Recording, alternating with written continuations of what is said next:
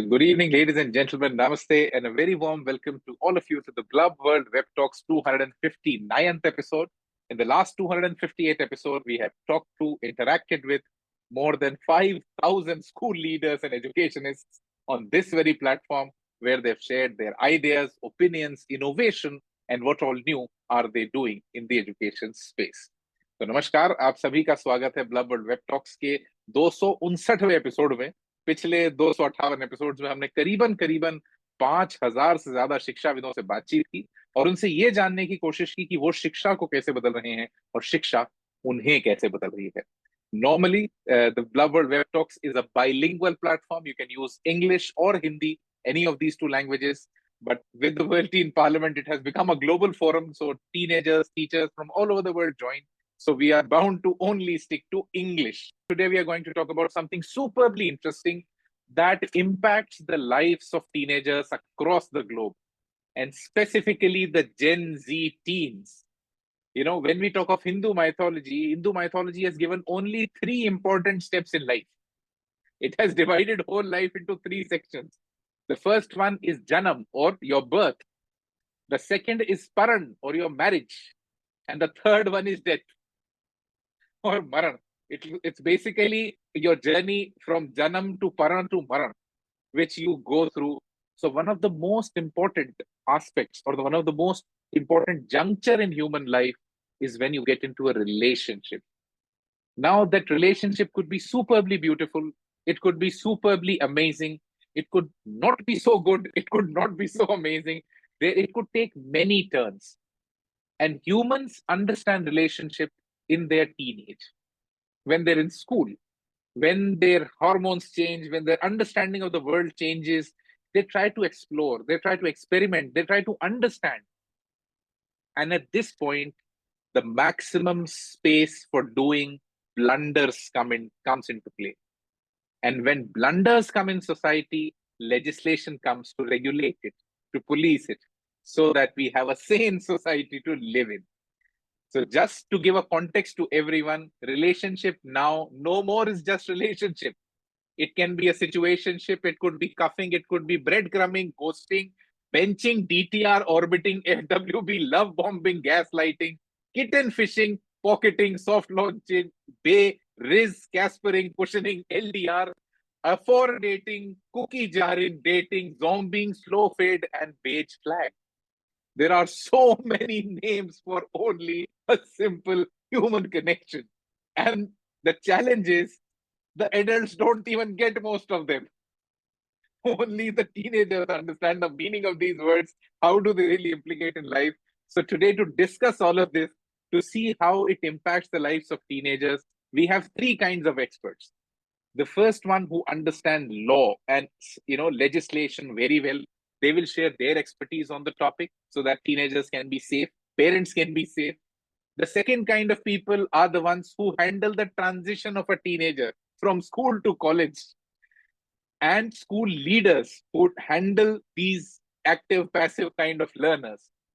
And the third and the most important form of experts are teenagers themselves, because they know each other far better than all of us do. Let's talk about understanding consent. When do you get a yes or a no from the person in front of you? Legal perspectives on teenage relationships, because teenagers explore, experiment.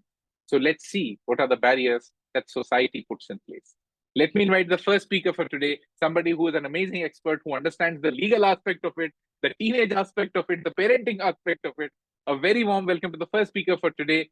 A very warm welcome to Professor Dr. K.V.S. Sarma, who's the Vice Chancellor for National Law University and Judicial Academy from Assam, India. Sir, over to you for the next 3 minutes to start this amazing conversation. And a very warm welcome. Thank you very much for inviting me to this particular session. Actually, with reference to this minors or teenage persons, they come under the definition of minor. A minor means anyone who is below the age of 18 years. As far as minors are concerned, if any criminal act is done against this particular minor under POSCO, Protection of Children from Sexual Offence Act, it is a crime. Even he or she gives consent, that consent is not valid. That is first one. Second one, Bharatiya Nyaya Samhita That is, that law came in the place of Indian Penal Code 1860. According to this particular law also, if any boy elopes with the girl below the age of 18 with her consent, that amounts to kidnapping and he will be prosecuted. So that consent is not valid. And the what you call the consent given by what you call the girl or boy by using deception, then the person, the child has a right to claim damages under law of torts. And next one, according to Indian Contract Act 1872, a minor has no capacity to enter into contract. Even he or she gives consent, that consent is not valid, that agreement is not valid unless and until it is beneficial for the minor. If the agreement is beneficial, then only that agreement is valid. Even with reference to sexual acts or what you call marriages, consent given by the minor is not valid because Child Marriage Restraint Act is there. Marriageable age is 18 and 21. Thank you so much, Dr. K.V.S. Sarma, for this very contextual start.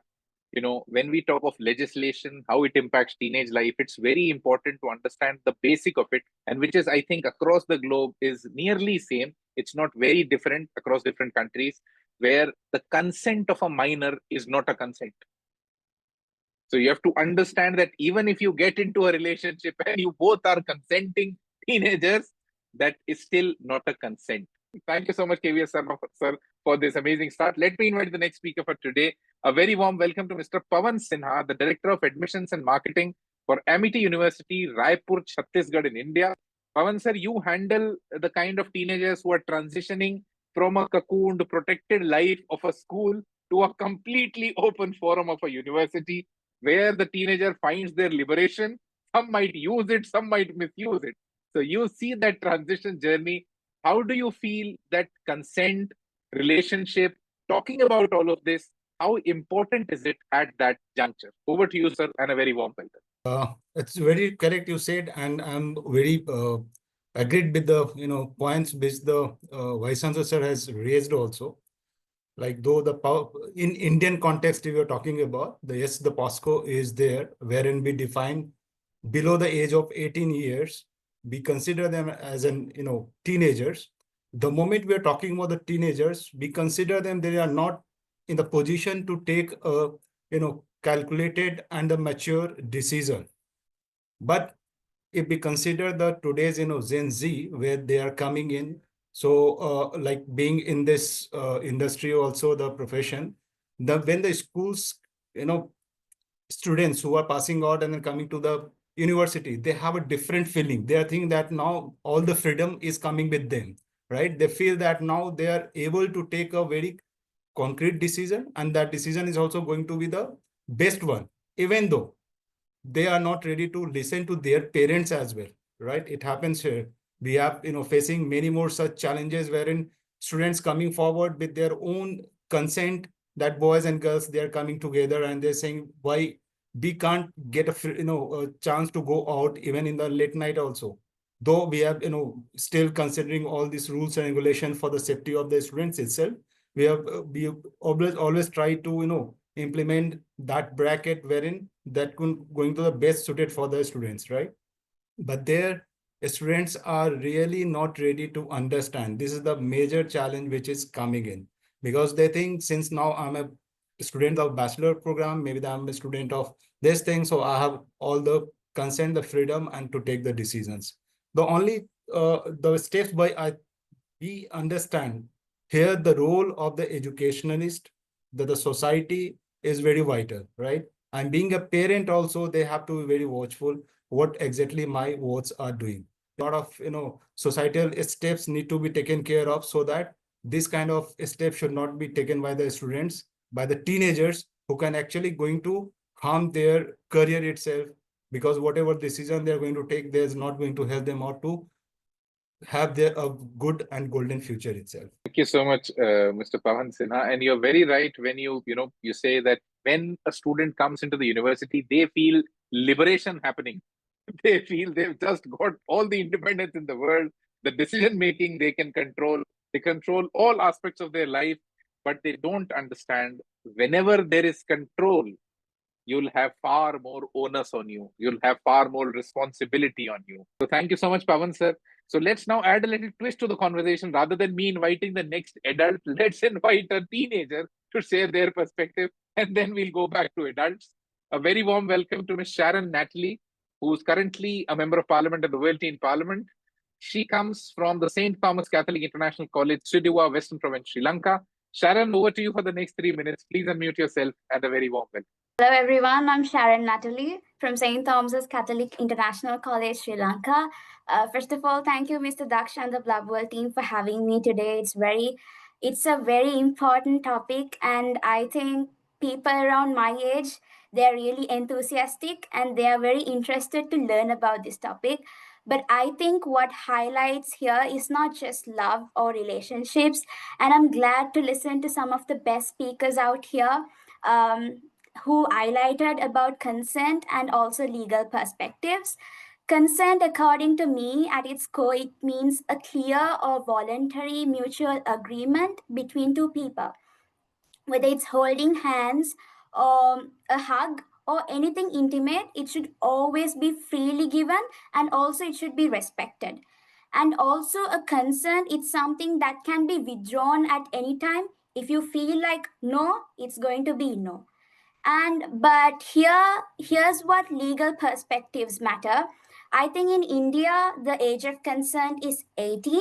That means any sexual activity, as highlighted before, anyone involving under the age of 18, even though they both agree, it's still considered to be illegal. Law, I think it's not about punishing love. It's about protecting people, especially youngsters, from harm and from pressure as well as from exploitation.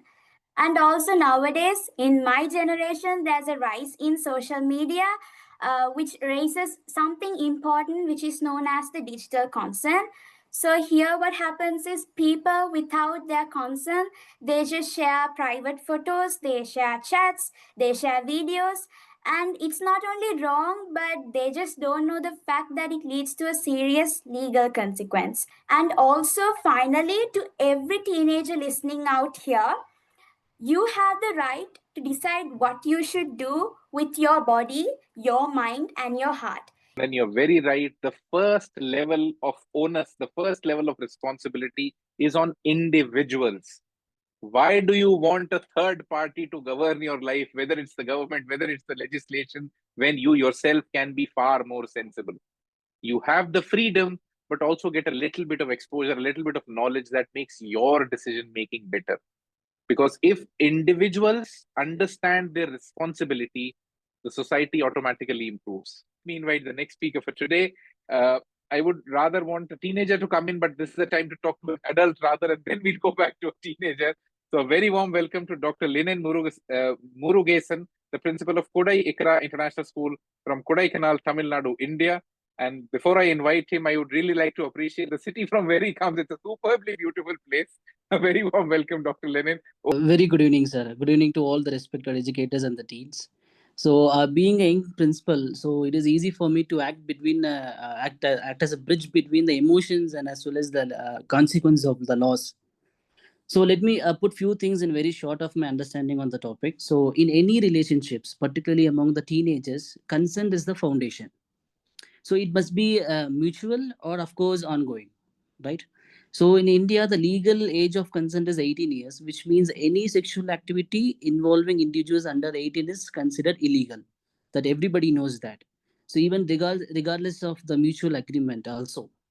And also the law sees minor as incapable of giving a valid consent for such acts, even if emotionally involved. That is very particular to be very mentioned here. This has to clear to be all also. So this is rooted in the aim to protect the minors from the exploitation and definitely nowhere to criminalize their emotions. That is very to the point, has to be cleared. And to be very frank, it is very important for the teenagers and parents to understand that even mutual relationship between the two minors can have a legal consequences, even comes under the POCSO Act. So therefore, we must empower the teenagers with a clear age-appropriate education about the consent and equal to the law. This is not about the discouraging emotions or the friendships, but about ensuring that young people make the respectful, informed, and safe choices. That's what very important. So let me conclude in very simple way, and make it very precise to what stick to the topic. So let's ensure that conversation about the relationship among the teenagers are not just emotional, but also informed and legally aware. Thank you so much, Dr. Lenin. You're very right that, when people want to get into these conversations, they must understand the legal aspect of it as well. They must be aware what are they really getting into, and essentially understanding the core of it. The reason legislation is there is not to criminalize emotion. It's not to penalize you for your thoughts. It's basically to safeguard the people who might not be in a state to take the right kind of decision. It's because a minor needs assistance when you're talking of life decisions. Thank you so much, sir. Let me invite the next teenager for today. A very warm welcome to Miss Gauri Gopal, who's currently a grade 10 student from Chinmaya Vidyalaya, Vadudala, Kochi, Kerala, India. Gauri, over to you for the next 3 minutes. A very warm welcome. Hello everyone, I'm Gauri Gopal and I'm a class 10 student of Chinmaya Vidyalaya, Vadudala, India. So I'd like to share my views on the topic, understanding consent, legal perspectives on teenage relationships. So teenagers are full of first loves, first crushes, first relationships. But how often do we talk about the one thing that should come first in all relationships? Consent. So what is consent? Consent is saying yes to something willingly, clearly, and without any pressure. In a relationship, consent is three things. One, both people know what's happening and understand it clearly. Two, they both say yes freely without confusion, guilt, fear, or pressure. And three, consent can change. Someone can agree and say yes, and then later they can say no, and that no still matters. So now that we've established what consent is, let's move on to legal matters. So this is where the law steps in. In India, anyone under 18 cannot legally give consent to any sexual activities. Let's imagine two teens are in a relationship and they love each other and they say yes, but the law doesn't agree. Why? This is because the law believes that teenagers who are under the age of 18 are not mature enough to fully understand the consequences, the long-term consequences of their actions. And this is not to say that teenagers are incapable of making decisions, but the law rather recognizes that teenagers are easily clouded, that their emotions are easily clouded by pressure, peer pressure, and they won't be able to make decisions because they're surrounded by so much around them that affect them. So the law is there to, because I'm sorry. So yeah, so the law is not there to punish us. It's there to protect us. It's there to protect us from getting hurt, getting manipulated, from making bad decisions that later on hurt our future. Thank you so much, Gauri Gopal, for making it so simplified for everyone that you have to understand it's not only about the legality of it. It's about common sense, understanding human emotion around it. Even if it is a consent, it can change. You have to understand the essence of human relationships, that it only exists in a conducive way if you give each other the right kind of freedom. So a very warm welcome to Mr. Brajesh Srivastav, the Managing Director from Shri Venkateshwara Public School, Bhopal, Madhya Pradesh, India. Sir, over to you for the next 3 minutes and a very warm welcome. Yeah, very good evening, Mr. Daksh, and very good evening to everyone who is present as a panelist. And I heard a lot about these teenagers, how they should be dealt, they should be guided and all. But the question rightly coming up from the beginning, the age between 11 to 17, it's called a teenager age. And in that age, most of the children or every human being at that age have a lot of different way of thinking. Now here it is needed that how they can be guided in a right manner to the right perspective in their life. If I go legally, the parents have legally they are given that power. When their child is at the teenage, they can be guided. They can be also properly told that this is what to be done, this is not to be done. However, if we talk about global teenager, some of the country they are being teenager, at the age of you can say 16, they become adult. some of the country, because when we are meeting in global, and when we are talking in the school level, like I'm in India. In India, 18 years is the age when people can go with their own decisions. Before that, they are called in the teenagers. And that time, we need to talk, we need to motivate. The parents' responsibility become more. And same time, the schools, they too have the responsibility. If there is something coming up, I'm not against of their freedom. I'm not, as the girl is spoken from the Sri Lanka. Yes, I do agree the rules are made to control unwanted things, not the wanted things. But sometimes, if we have to make them to see that they are following the right path, we must be closer to them. We must motivate, we must counsel, and same way the school responsibility become more. So what is my saying? Teenager age is age when a biological, physical, mental, every change is taking place seriously. And during this age, if we can read and make the child to understand which way she is going or he is going. Important point that you brought to the conversation. A teenager is not in that state of mind where they want to listen to anyone. That's the point of human age where they have a lot of energy. They don't have any prejudices within. So that's the time when they want to act. They don't have the patience to really listen to someone, put their thoughts in a structure, and then make a decision. But I think that's the most interesting part of that age. The teenager right now, what we feel at the World Teen Parliament, we engage with teens from more than 35 nations, and we talk to them about multiple things during the whole year while their membership at the Teen Parliament. What we have understood is teenagers nowadays don't need a lot of conversation. They need a lot of challenges because they have all the information in the world. They have all access to everything, the resources, the knowledge, the content. So a better way to have a conversation with a teenager is to give them a problem to solve. Let me first invite the next speaker for today. A very warm welcome to Ms. Arya Mudra, who's a grade 9 student from Bodhi Taru International School, Greater Noida, Uttar Pradesh, India. Arya, over to you for the next 3 minutes. Please unmute yourself and a very warm welcome. Thank you, sir. I hope I'm audible.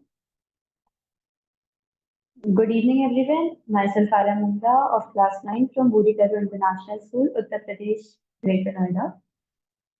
So, as we're talking about a crucial topic that affects many of us, consent in teenage relationships. It's as teenagers, we're navigating complex emotions and social pressures and relationships, and it's essential for us to understand the legal perspectives on consent. As it has been mentioned before, the legal age of consent is 18 years, and any type of sexual or romantic relationship between minors is considered illegal. It's crucial for us to understand that consent should be informed, voluntary, and enthusiastic. As consent is not just about saying yes or no, it's about respecting each other's boundaries, thoughts, and decisions. As teenagers, we may also face pressures from our peers, from social media, or from societal expectations, which can make it difficult for us to navigate consent. However, it's essential for us to prioritize healthy and consensual relationships and conversations. Well, violating consent laws can lead to serious legal consequences, including imprisonment and fines. So, I would like to talk about what can we do to contribute in this topic. We can start by educating ourselves and our peers about consent. We can create a culture of respect, empathy, and understanding in our relationship. We've listened to all the speakers till now, the teenagers, the school leaders, and we have received a lot of questions from the audience as well. And still, if the audience has some questions, you can put that in the chat and we'll try to take that as well. But specifically, there's one question for Professor Dr. K.V.S. Sarma, who understands the legal aspect of this conversation far better than all of us. A lot of schools nowadays, since the mobile has entered the classroom and we are having assignments given on digital devices, a lot of digital communication happening amongst students, a lot of schools face challenges when they have to comply with POSCO. When the challenges have increased, the number of complaints have increased, it's becoming difficult for school administration to manage this. So is the National Law University in Assam, does it have a kind of a starter pack or a course for school leaders or somebody who can, be able to understand and, manage these complaints in a better way? Or is there anything that you might want to propose at this point? Sir, like that, but only general law will take into course. In case any girl is aggrieved, boy is aggrieved due to this, then under IT law, Information Technology Act is there, and we have cyber cells. We have to register with cyber cell. We have to go to cyber cell. That's all. We don't have any mechanism. Only cyber police they have to deal. Ultimately, we have to go to cyber cell. Is there a legal, at least a legal education forum that could be, supported or done by law universities for school administrations, for teenagers, so that they understand that how does it apply or typically affect their lives? Multidisciplinary courses. In that we teach cyber crimes and offense against children. All these courses, 2 credit courses we are offering. In case students want, they can register for those courses. And if they have any doubts, they can contact the teacher. And the clarifications also teachers are giving. So if students want, they can contact law universities. And courses also we are offering, particularly on IT, cyber against POSCO, even workplace and women. So many Supreme Court judgments are there. All these we condensed and we kept in our website. And the students, if they want, particularly girl students, if they want any help, surely our law universities are helping. We have legal aid cell, particularly. This legal aid cell is taking care of all these aspects. Any person can approach legal aid cell of any law university. So it's very, good thing that you have pointed out for everyone that if you're a student, at least in India, if you have a law university around you or a university that has a law department, there would surely be a legal aid division there where you could connect, talk to them, have a conversation with them if you fall, if you ever need it. So the question that I really wanted to put forth for you, a lot of schools, specifically the school leaderships, because we currently work with more than 20,000 schools across the world, what we know by now is that most of the school leadership is not trained or has the requisite skill to manage these kind of complaints or to take them through the process of it. There are a lot of compliances that they have to do. They have to create a committee on this and that and do it. But when a situation like this appears, the principal typically is afraid. He has a lot of fear and he has to work with a lot of fear. So are there any suggestions that you have for that principal who might be in the middle of that soup? Some NGOs are there, particularly this what you call legal service authority is there in every district, and high courts, legal service authorities are attached. In case any principal faces any problem, they can approach legal service authority. Surely, legal service authority is maintaining a panel of lawyers, and that particular, and it is headed by the judges. District Legal Service Authority is headed by a district judge, and State Legal Service Authority is headed by a High Court judge. National Legal Service Authority is headed by a Supreme Court judge, and every district these authorities are there. The persons can approach them, they will guide, they will surely. Otherwise, if you want any awareness programs on this, please kindly address to our consortium. We have a National Law Schools consortium is there, and our law schools, you can approach this consortium, and consortium of law schools, law universities. We will try to give training or online lectures to any law school if they want. Freely we can do that. Whatever advice they want, you can approach directly, mail to any law university vice chancellor. Then in turn you get the help of whom you have to approach in your state. In almost all every state we have a state headquarters. We have law universities, but districts we don't have. So in state headquarters we have a law university, and we can request that particular person to approach the law university. The law university will help. But in turn, the law university will guide that particular person, aggrieved person, to approach the district, and they will guide Mufsa level or village level. I think this is something that a lot of school leaders who might be listening to this talk would concur with, because this is a skill set that they miss, and there is nobody who's really helping them, and reaching out to an authority in itself is intimidating. So they want some sort of a middle ground awareness forum. Where surely every state we have a law school. You have to type only consortium of national law universities. You get the details of all law schools, mail IDs, contact numbers, everything. And whatever state that agreed person belongs, he or she can contact that law university. And if you want to please, the schools association is there. We are meeting in Kodaikanal, all vice chancellors on 30 on 1st.